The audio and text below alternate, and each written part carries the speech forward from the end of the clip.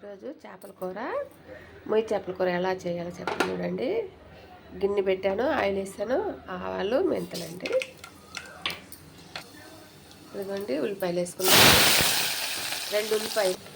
ఇదిగోండి ఉల్లిపాయలు వేస్తామండి, సాల్ట్ వేసేసుకున్నాం. ఇప్పుడు సాల్ట్, ఇదిగోండి పసుపు వేసేసుకున్నాము. ఇదిగోండి ఉల్లిపాయలు వేగిపోయి టమాటాలు వేసుకుందాం. 2 టమాటాలు అండి, పెద్ద టమాటాలు. అందులోనే తెల్లగడ్డలు 2, 4 కాయలు వేసుకున్నాను. ఇదిగోండి కరివేపాకు వేసేసుకుందాము.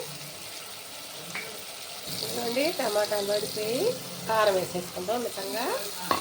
ఇది 3/4 కేజీ చేపలకి అండి. కారం కూడా వేసుకోండి, కారం వేగిపోయింది. ఇదిగోండి చింతపండు, పెద్ద టమాటా సైజ్ అంత చింతపండు వేసేసుకున్నాను. పులుసు ఇప్పుడు బాగా కలిపి ఉప్పు కారం తీసుకొని తర్వాత మూత పెట్టేసుకోవాలి.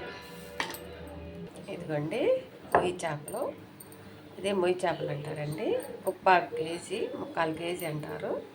ఇప్పుడు ఇదిగోండి కూర ఉడికిపోయింది, చేపలు వేసేస్తాము.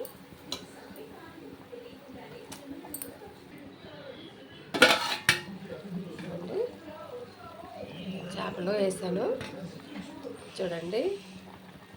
ఒక ఉడికినాక కొంచెం ఉడికి వచ్చినాక తక్కువ మంట పైన పెట్టుకోవాలా. మూత పెట్టేస్తున్నాను. మూత పెట్టినాక తక్కువ మంట పెట్టుకున్నాక 20 నిమిషాలు ఉడకాలి. ఇదిగోండి చేపల కూర ఉడుకుతామండి. ఇట్లా తిప్పుకోవాలి, మధ్యలో తిప్పుకుంటే చేప మాడకుండా ఉడుకుతుంది. ఇంకో 10 నిమిషాలు ఉడకాలి. ఇదిగోండి చేపల కూర ఉడికిపోయింది, ఉడికొచ్చింది. కొత్తిమీర చల్లి ఆపేసుకుంటాము.